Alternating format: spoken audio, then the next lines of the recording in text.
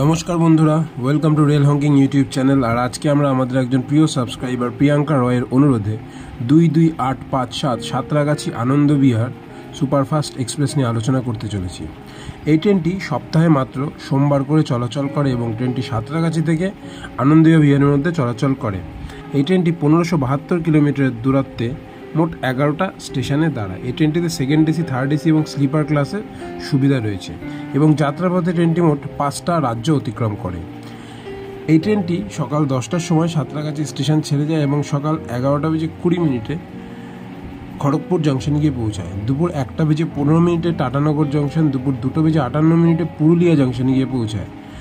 বিকেল 5:10 নেতাজি সুভাষচন্দ্র বোস গামো স্টেশনে গিয়ে পৌঁছায় এবং ট্রেনটি সন্ধ্যা 7:40 গয়া জংশনে গিয়ে পৌঁছায়।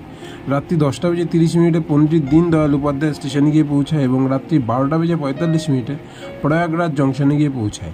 রাত্রি 3:05 কানপুর সেন্ট্রাল এবং ভোর 6:38 ট্রেনটি আলিগড় স্টেশনে গিয়ে পৌঁছায় এবং ট্রেনটি তার অন্তিম স্টেশন আনন্দ বিহার টার্মিনাসে গিয়ে পৌঁছায় সকাল 8:50।